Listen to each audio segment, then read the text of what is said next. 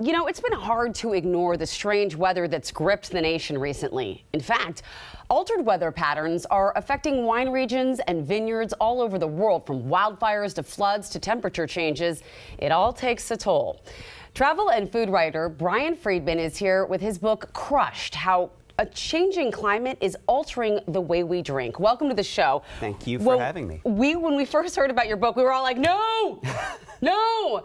But it is important to talk about this. So first of all, tell us about your book. Right, so the book tells the stories of producers and growers in 8 regions around the world, because these are human stories, right? And the folks who grow the grains and grapes, who make the wines and spirits, they're living the impacts of climate change on a visceral, personal level every day. So I wanted to tell those stories. And I'm really glad you did. So give us a few examples, real examples of how weather and climate change are affecting these growers. Well, look, all of us see the fires and the floods and the hail and the ill-timed frosts on the news all the time. Yeah. But there are also some really frightening systemic changes that are happening.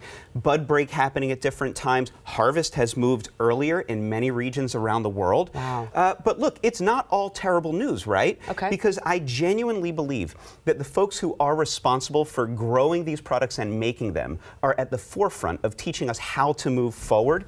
And that's what I really discovered traveling around the world, reporting on and writing this book. I actually come away with a real sense of optimism for what the future holds. That makes me feel so good, because you think about it, I mean, winemaking is one of the oldest traditions in the world. Yes. But the fact that they're looking forward Absolutely. to keep the tradition alive and to keep us drinking wine is really something that is very reassuring. And you've brought some incredible wines here that are sustainable, yes. that are doing the right thing and looking forward. So what is this? All right, so we're going to start, and I love tasting wine, you know, first thing in the morning. Of course, why not? So we're starting off here. This is the Tabor Adama Rosé. Okay. This is from Israel. Now, Israel is one of the most exciting wine-producing countries on planet Earth. They've been growing wine there for thousands of years, and it's just now really getting the respect and the fame that it so richly deserves. And this wine is a great example of why. So this is made out of 100% of a grape called Barbera, and this producer, Tabor, is an absolute leader around the world in this whole ecosystem approach and bringing back the health,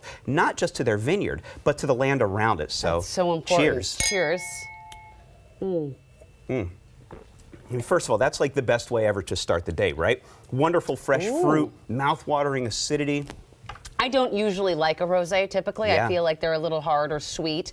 This is beautiful. This is textbook of what both Israel and high world-class rosé are doing right these days. Have one more sip. I think that's actually a very good life decision. While you're doing that, we're next moving on. This is the Borsao Tres Picos Garnacha. Okay. This is from Campo de Borja in northern Spain, and this actually, they're using 100% renewable energy in their production, right? So this is very important. In a world of dramatic climate change, yes, producers who are making their wines in a sustainable manner, treating their employees well, these are the things that are going to help us produce wine for another 5,000 years. So let's give this one a taste. Okay. This is very high pressure drinking this morning. Oh, I'm here for that. Oh, that smells delicious.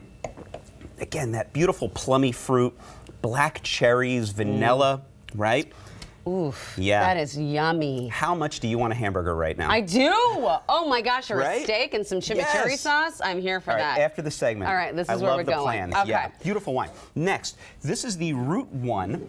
Now, this is from Chile. Route 1, this is their cab from the Maipo Valley. They were the first producer in Chile to be certified as 100% sustainable. Now, sustainable, that's one of those terms that can get confusing, right? I was going to ask you, what does that mean to be 100% sustainable? Yeah, so sustainable wine growing really means that, you know, you are leaving the land in at least the same shape as you got it, and hopefully better for subsequent generations. Dude, my wrist, it can't. Can I pour? I would pour. Okay, all right. Yeah, Don't judge my pour. I think your pouring is magnificent. Okay. All right. So look, this is the kind of wine also, and all of these wines are incredibly affordable, right? I mean, they're all like. Are they? I was gonna be. I was afraid to ask. No, I was kind of afraid to ask. All these wines prove that you don't have to spend a fortune. They're all under 20, 25 bucks. Really? Great wine that's responsibly made is absolutely affordable these days. This smells like the sea and the earth.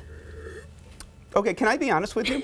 I feel professionally threatened with that tasting note. That was an amazing tasting note. It does. Yeah, there's a alongside that really generous fruit, there's a hint of savoriness, of subtle salinity here, right? A little bit of an herbaceousness. This, right? This, maybe you have like some chicken thighs with some sage in there. Bring the herbs into this. But again, responsibly made and delicious and doesn't cost a fortune. This tastes alive. I love that. I love your notes. Thank you. I'm hired. Yes, I love it. I need someone to help taste with me first thing in the morning. Well, I'm there all the time. You got it. Here. All right, done. This here, this is the Chateau de Bern Inspiration Rosé. Okay. And this is also being sustainably farmed, and they're also a bee-friendly estate. Oh, I like hearing that, because bees are saving the world.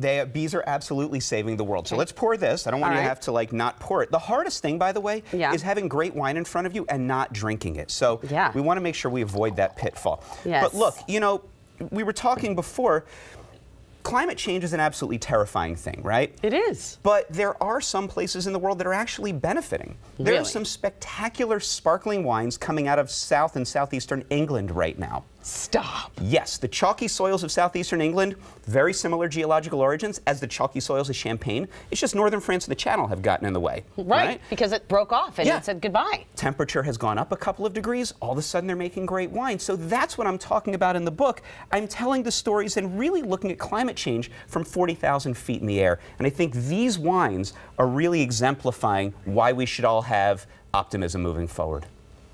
I had to taste this because we're about out of time. And I think this one was my favorite. Oh, that is delicious. Oh my gosh. Thank you so much for sharing your expertise with us, for sharing these delicious wines. It has been an absolute pleasure and delight to learn about all this. And thanks for leaving us with a little bit of hope. Absolutely. Thanks for having me. Hopefully have you again soon. We'll have more New Day after this.